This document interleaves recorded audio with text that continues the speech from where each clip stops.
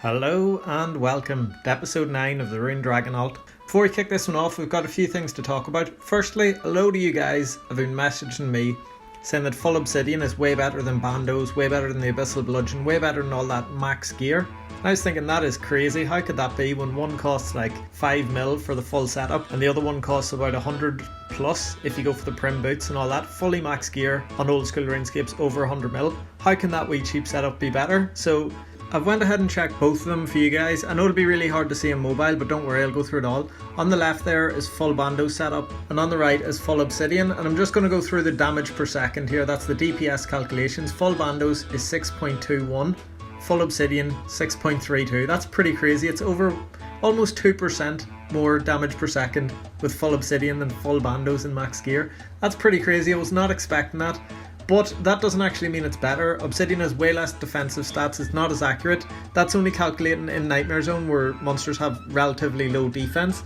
But yeah, in Nightmare Zone you can get higher XP per hour using full obsidian. I'm not going to use it anyway because it's not as AFK. You can't AFK for 20 minutes until you've got really high defense.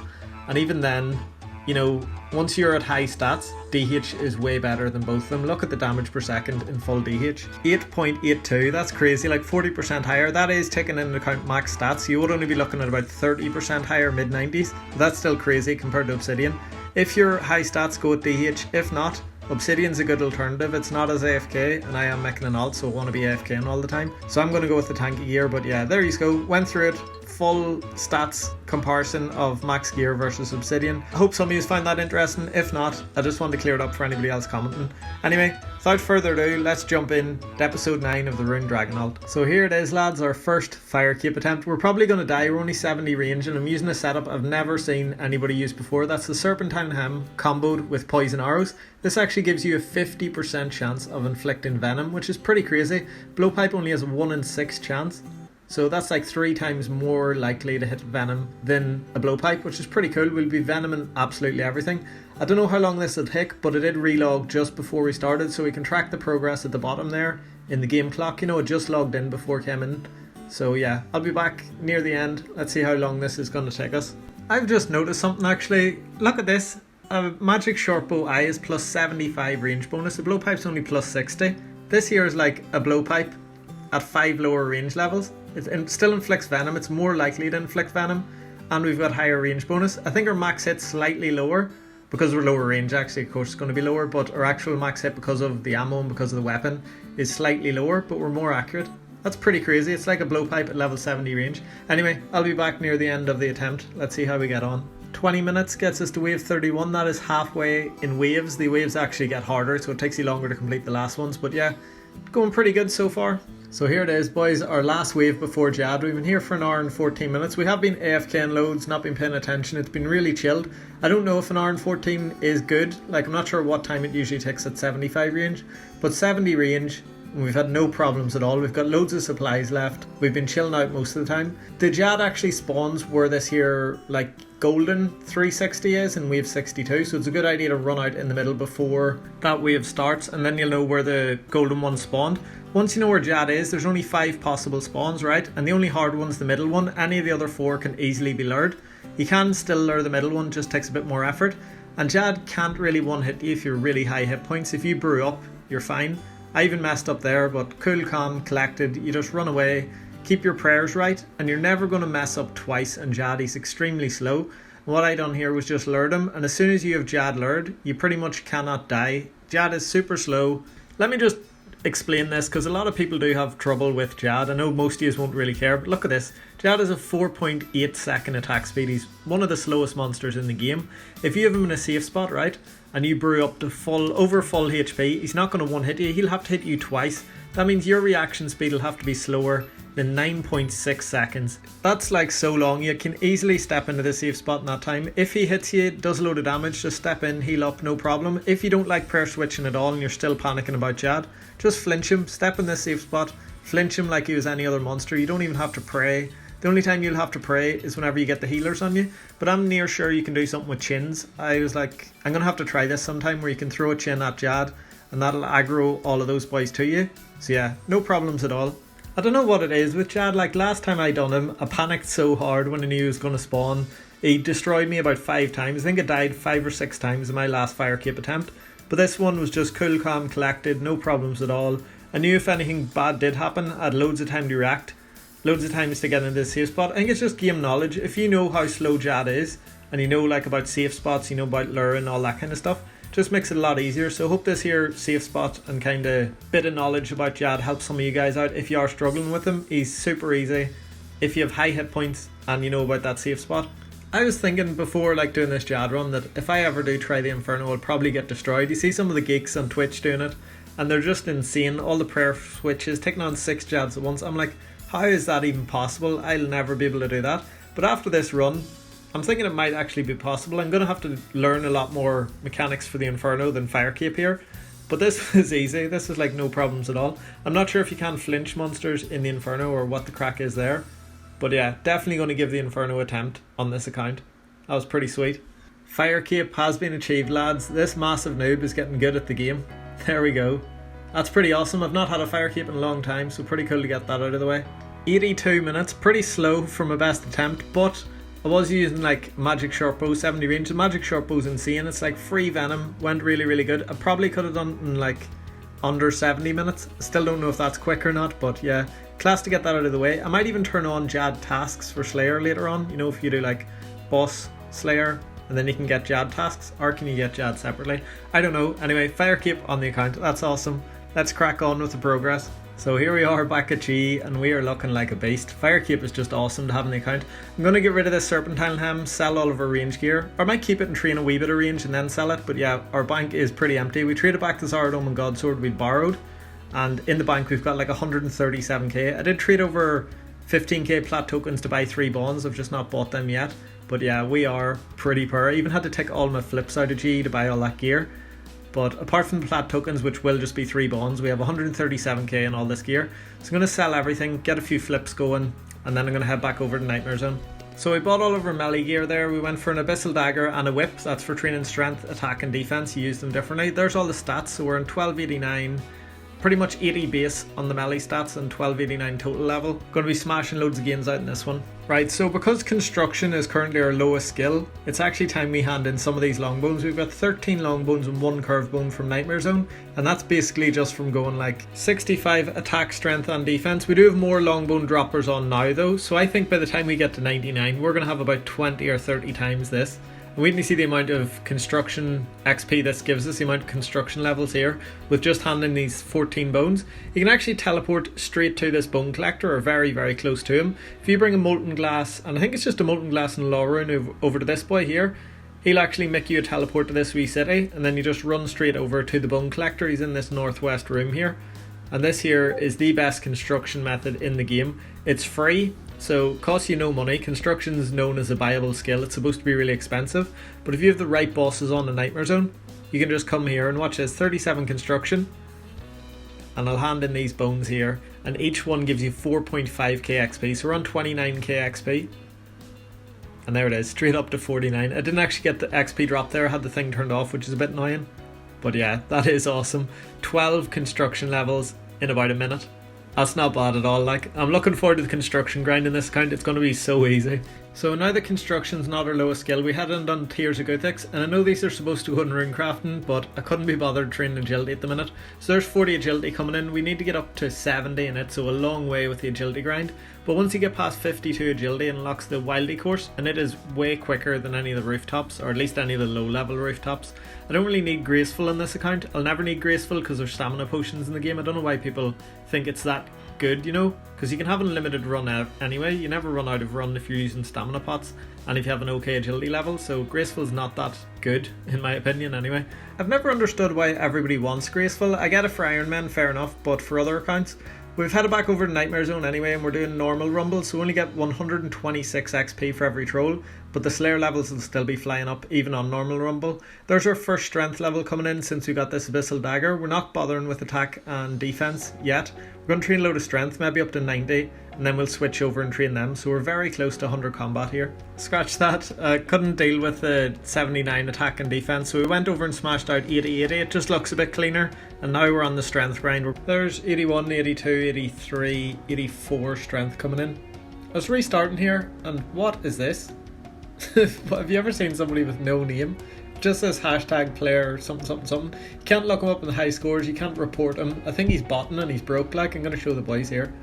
Player 1864. No name, but he's logged in. You're supposed to not be able to log in without a name. Maybe he lost the name whilst he was playing, or he's in the process of being banned. I've never seen anything like this. That is so weird. I've never seen a player with no name before that you can't report and you can't look up in the high scores. It's as if his count doesn't exist, but he stayed logged in there for like 15 minutes. Anyway, we head over and done the rants part of Recipe for Disaster. No, like freeing the ogre boy. You have to make this cook jubbly. Didn't burn, so it was an easy enough quest. There we go, 167 quest points. We've got 33 more quest points to go until we unlock Dragon Slayer 2, so we're getting pretty close now. We also had a range level there, 71 out of the way. We've got 2 more boys to unlock before we can do the final piece for Barrow's gloves. So yeah, we're going to smash out Pirate Pete here, and I'll be back when that one's done. Right, I went and got all the ingredients to complete that Pirate's Pete part of Recipe for Disaster, but instead of handing it in, I went and trained a bit of cooking here. So we're at 56 cooking, and I've just made a load of wine, so this should be a decent XP drop here. There we go, 172k cooking XP. That was only about half an hour, so you must be able to get like 400k XP per hour here with cooking. But that's awesome, 5 cooking levels. We eventually need to get up to 65, and then you can use a mature Chef's Delight, and that'll actually boost you up to 70. So you need 70 for some quests for Recipe for Disaster, but it is boostable, so we'll be stopping cooking at 65. Right, I done a load more wines there and they've just fermented in the bank, but I'm going to do a birdhouse run here, just get everything out, and then when I close the bank we'll hit the level. I didn't keep track, I kind of lost count, but oh there we go, 66, actually overshot it by quite a bit. But yeah, that's the cooking level we need now for Recipe for Disaster. We'll be able to boost up to 70, well actually 71 at the minute, and that means we have everything we need to complete the, I think it's the monkey part of Recipe for Disaster needs 70 cooking. So yeah, we'll be able to get up to rune gloves in this episode. Right, I've put this quest off as long as I can. One small favour, it says this is an experience quest on the wiki, but really it's just a super long one. It's like walking simulator, you walk all the way around RuneScape and then walk back. Took me about an hour and a half just to walking around trying to find everybody. But anyway, thanks to the joys of editing here, you're straight back at the end of the quest, none of that running about, none of all that stuff. Here we are, this actually gives us 2 XP lamps whenever he gives us them, and they're really good because that there is 20,000 agility XP, which is pretty cool. You can also make Guthix tea. I don't know if that's useful for anything, but I might try that later on. Maybe it's good XP in Herblow or something. We're going to spend both of these on agility. We're definitely going to get at least 1 level because we're only like 890 XP off. There we go, 2 levels with our first lamp, so we'll probably end up getting 3 or 4 levels from these here lamps, which is pretty awesome. So there we go, our second 10k XP lamp leaves us at 44 agility. We have not trained agility once in this account. We got a load of agility through quests at the start. Tourist Trap got us 1 to 26. And then we done a load of other quests, I think it was Grand Tree and stuff like that, got us to 35. We used 1 Tears of Guthix on it for 6k XP, and then 20k there. So we're at 44 agility without ever training it, which is pretty cool. This quest is an absolute torture, right? You free the wizard, you help him jump through the window, and that's grand, he's escaped. But then when you go to escape, if you misclick, well don't misclick, I didn't read what was going on and I wasn't paying attention to the guide. I was like, can you please let me out this window? And then you have to go the whole way back into that place, the whole way up to Camelot and back to there to be able to do the next part of the quest. You have to stay in the room and go out through the door. Bit of a stupid mistake there, but what can you do? Yous aren't going to believe this, right? I was running about talking to everybody. I was actually following a guide, talked to everybody, got all the items out of their pockets, and then I talked to this boy by the wall and done the exact same thing a second time. I amaze myself with my stupidity sometimes. Headed back up a third time, and this time actually paid full attention to the guide instead away from that boy by the wall. And there it is, third time lucky. Telegrab the owl toothpick thing, cracked the lock, quest complete. And this is an awesome one to smash out of the way actually, because that is King's Ransom quest complete. For any of you who don't know, once you complete King's Ransom you can do this Knight's Waves training ground, and that basically unlocks Piety, the best melee prayer in the game, which is pretty awesome to get out of the way. Also got 58 magic there from the reward, which is a requirement to teleport to Watchtower. Don't think I'll ever use that because you have the Nightmare Zone minigame teleport, which is pretty much the same place. We also got this XP lamp. I'm not too sure what I'll use it on, probably agility. So we got out our melee gear and smashed out this Knight's Wave minigame. It actually gives you 80,000 XP, which is pretty cool. Like, it only took about 10 minutes. We do have pretty high melee stats, but that's awesome. Load of XP there, and that is the minigame complete. So we can now use Piety Prayer whenever we get 70. So we are 15 prayer levels off, and prayer's pretty quick to train. So yeah, we'll definitely get that soon. I'm still thinking what to use this here lamp on. We're on 171 quest points, but I think agility is probably the best thing, because Faldor Rooftop, if I get one more level I could use Summer Pies to do Faldor Rooftop, but the Wilderness course is way better XP. All these low level ones are pretty bad, like, so yeah, I'll let you know whenever I've decided. Right, so I actually want to try something here. I headed over and done loads of the underwater agility, about 5 minutes anyway, just wanted to test it and see if it's any good. I done loads of this on the Fossil Island only account, but he didn't have flippers, so it was much slower than I'm getting here. But the good thing about this agility course is you get a load of these here fossils, and I was thinking if I train my agility down here I'll be able to get runecraft and mining, get loads of the low skills up at the same time, but it's just too slow. You get way more fossils by doing the woodcutting method. So in 5 minutes there, we got up to 45 anyway, which is alright. We got 990 XP with them, and the rest gives us 800, so like 1.8k XP in 5 minutes. That's only, 20k XP per hour. It's not good at all. So we're going to skip on that. Even though you do get the fossils, you do get the bonus XP. Right, so we whacked that lamp on agility, and then we trained a bit of fishing. I'm going to do barbarian fishing to get the rest of our agility up anyway. But we're headed out to the wild now, and I want to get my prayer up. We'll not get the whole way to 70, but I am going to set 70 as a goal, and we'll be chipping away at this over the next few days. So we were out here for about 45 minutes. We got attacked maybe 4 or 5 times. I can't believe how popular this place is, because most places in the wild are pretty dead. But yeah, this boy got extremely lucky. He 2-hit us, and he's only level 74, so fair play to him. Completely ripped me to pieces with the ballista there. Right, so we sat there for another like half an hour, got up to 63, but I'm taking a break from the prayer now. It's getting too busy. I think I'm going to do it only in morning times when it's not as busy, when it's not peak time. So we head over to Fossil Island, and we got 3 more farming levels doing these here mahogany trees. They're just crazy XP, 45k XP for like a 60-second run. We just did it on the end of our birdhouses, so yeah, that's pretty awesome. Gonna plant 3 more, and we'll be back here in 3.5 days. So we headed back over to Nightmare Zone, and we actually get a really big level up here. 69 Slayer already. That's not a meme, that's not a troll level up. 69 Slayer is really, really important on this account, because you need it to complete Monkey Madness 2. It's a requirement for that quest, and if you haven't completed Monkey Madness 2, rune dragons will not drop dragon javelin head tips, like the ones to Bekt dragon javelins. They're a really expensive drop because they're really good fletching XP, and they're used in heavy ballista. So yeah, if you don't complete that quest, you get less profit per hour at rune dragons. So pretty awesome to get out of the way so early. We are still going to go to Neve and get a couple more Slayer tasks, just because it's so easy to get like Slayer in this account. Right, this video is getting super long, so we're going to have to quick fire a few levels here. There's 85 strength coming in. There's 86 strength coming in. Then we all headed to Fossil Island for a bit of a community event for our boy Yoda's 99 Hunter party. If any of you want to hop in to be part of the community, the CC's that, or just hop in the Discord, links in description. But yeah, pretty cool to support our boy Yoda here as he hits a massive 99. He's an Iron Man. He has an insane Iron Man account. 99 Slayer, 99 Hunter, Hydra Pet, Slayer Cape, that bucket helmet. Bit of a beast like, so yeah. Congrats on that, man. Anybody who came to the party, it was a while ago. I know I'm pretty behind on clips, but yeah, it was pretty cool anyway. 792 people in the Discord at the minute. That's just pretty crazy, like almost 800 people in the Discord. Pretty awesome. Anyway, back to the clips. So there's 87 strength coming in, and here's our second last strength level of the video. 88 strength coming in. I actually got 89, but I lost the clip. I'm not sure where it is, but there's 89 strength. I'm going to finish up the melee in the next episode, but here's a big milestone. They count 47 agility. We can now use the Wilderness agility course, which is a really good quick agility training method. We're going to blast a load of that out at the start of the next video. We're going to end this one here. It's been a pretty cool episode. We got our Firekeep, loads of stats, loads of gains coming in episode 9. I really want to get 90 base stats out of the way in the next episode, attack, strength and defense, and I really want to get up to 200 quest points and unlock rune dragons in episode 10. It'd be pretty cool going from a level 3 all the way up to rune dragons in 10 episodes. I'm not sure if we'll fit everything in, but hopefully we can do that. If not, episode 11 will have it anyway. But yeah, thank you all so much for watching. I'm actually going over to Ireland for a few days for Christmas to see all the family and all, so I'm not sure when episode 10 will be out.